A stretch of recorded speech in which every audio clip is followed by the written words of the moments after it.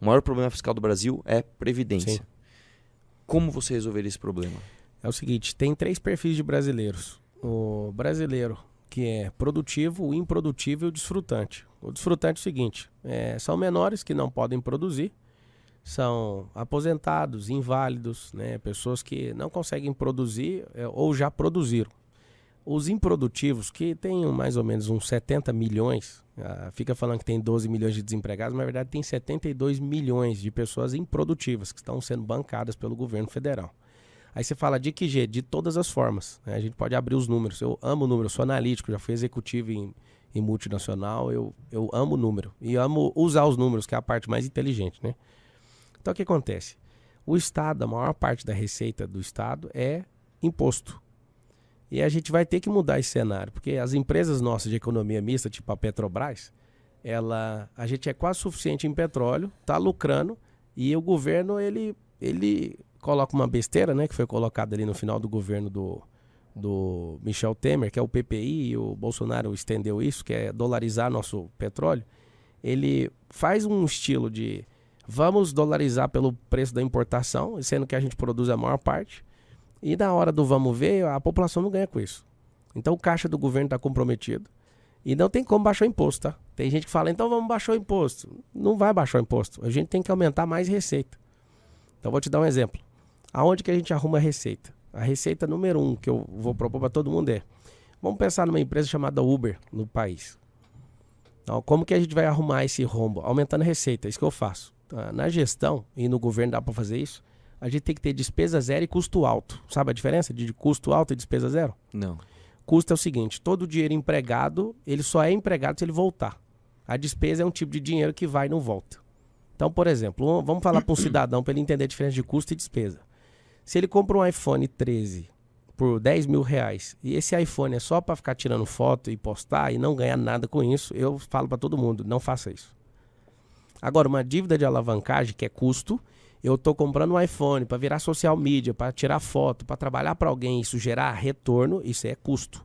Então, custo na contabilidade é aquele recurso empregado que tem retorno, tem ROI. Sim. Então, tem um retorno sobre investimento, o ROI é em inglês, né, a sigla. Agora, a despesa não. A maior parte dos gastos do governo federal e dos estados, que eu não tenho nada com isso, né, cada um tem o seu estado, mas o Brasil agora eu tenho a ver com isso, é despesa que não volta. Vou dar um exemplo, como é que a gente arruma um rombo com esse assistencialismo, que é um outro programa, chama SPG. SPG significa Semente para Governar. Eu quero que todo brasileiro entenda que ele é governante. Como é que faz? Eu vou voltar agora no Uber. Hoje a pessoa ganha o auxílio. Ele não dá uma contrapartida para nós, enquanto sociedade. Esse é o problema.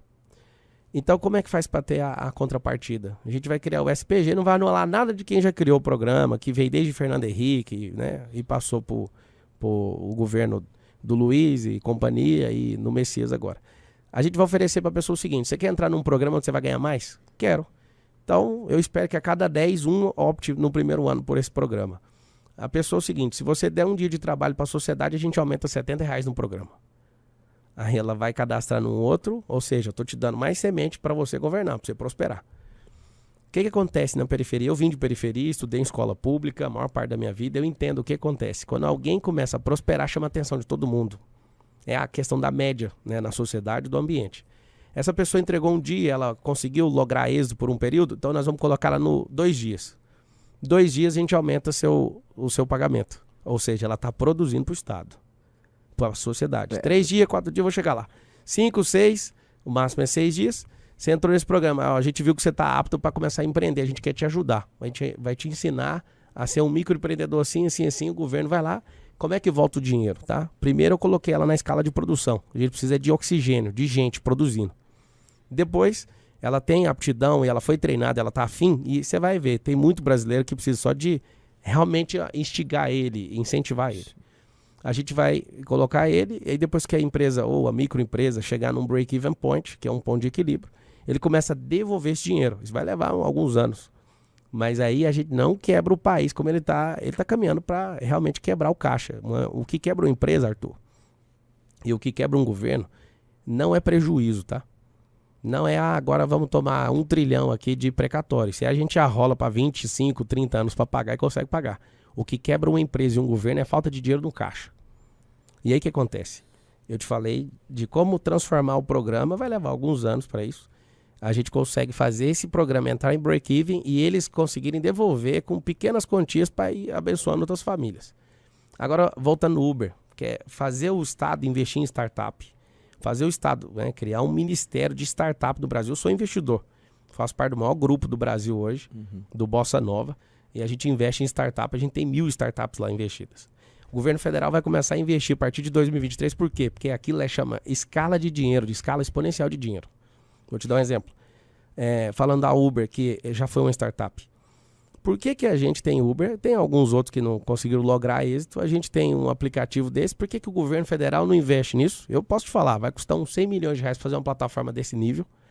A gente pega isso, ao invés de ficar dando dinheiro para o estrangeiro e cobrando 25% dos caras do Uber, a gente pode muito bem, como governo, cobrar 10% e dividir por todos os municípios, 5.570, onde tem Uber e tal, fazer o quê? Entendi. Novos caixas, isso não é genérico. Isso não é fantasioso. Não, eu entendi. É que assim, a tua proposta de previdência, ela tá, pra mim, tá confusa, bem confusa. Vamos